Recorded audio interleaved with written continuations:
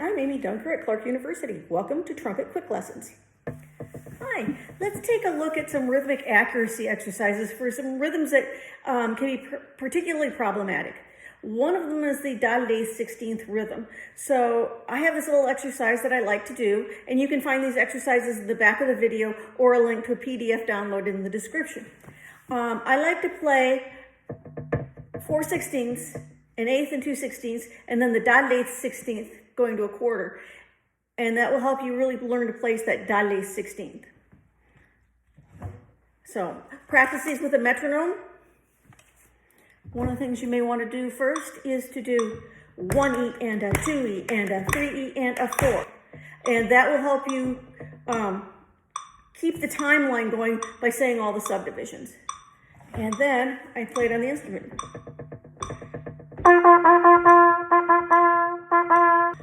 There's also the dotted quarter eighth is basically the same problem, but in cut time. So you use the same exercise.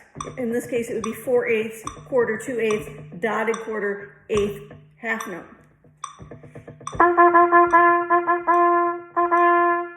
It's the same exercise. It's the same, just written differently. Another pattern that's difficult is the 16th, 8th, 16th. So I do 4/16, the 16th, 8th, 16th, and then a quarter, just to really be able to place those two 16th notes where they belong. So I would do 1E and a 2E and a 3.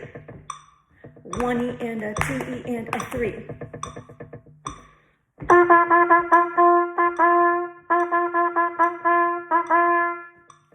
And then in cut time, that would be 4/8, and then another eighth, quarter, eighth, and then a half note, same rhythm. Same rhythm, just notated differently. Another one that likes to give us a little trouble is the 16th dotted eighth. And I like to do the 4/16 again, and then 2/16 eighth, and then the 16th dotted eighth to place it. So it'd be 1E and a 2E and 1E and a 2E and 3E and a 4.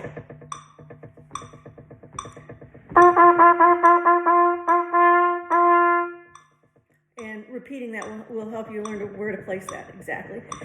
In cut time, that would be 4/8, and then 2/8 and a quarter, eighth, dotted quarter, half note, same rhythm. Another thing that's difficult is placing the triplets. I like to use lolly, 1 lolly, 2 lolly, 3 lolly, 4 lolly. I don't use triplet because you can pronounce it in different ways. One of it's triplet, and that's not the even rhythm of a triplet, or triplet can be fun, but depending on your accent, you can change that word. So I like to use lolly because it's virtually impossible to make. You have to intentionally make it not even.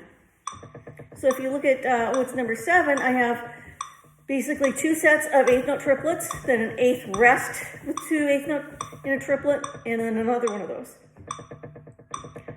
So 1 lolly, 2 lolly, 1 lolly, 2 lolly, 1 lolly, 2 lolly, 1 lolly, 2 lolly.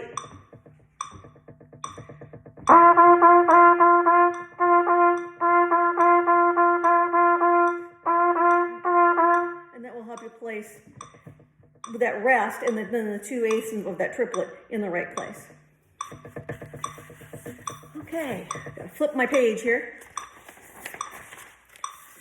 The other thing that's difficult is the afterbeats, doing the ands, or the upbeats, it's sometimes called. So I do, in 4/4, I would do 8 eighth notes, like a bar of eighth notes, and then I do eighth rest, eighth note, eighth rest, eighth note for a measure, and that will help you really start to feel those upbeats.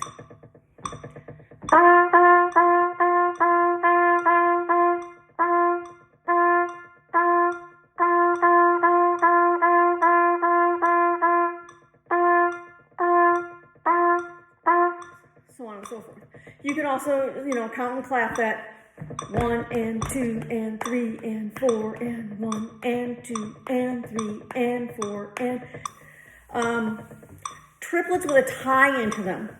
I usually do 2 sets of eighth note triplets, then the quarter note tied to the first eighth of a triplet, and that'll help me practice coming off that tie in exactly the right time. So it'd be 1 lolly, 2 lolly, 3 lolly, 4 lolly.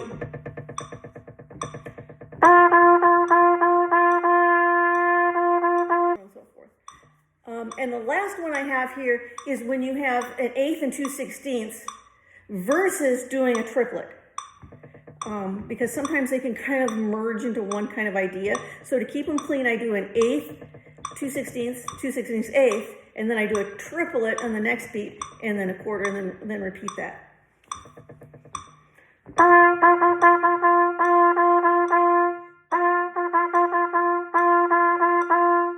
So you can hear the difference. Count and clap it if you need to, or if that helps you. And if you keep doing these exercises, you'll have terrific, with a metronome, you'll have terrific rhythm.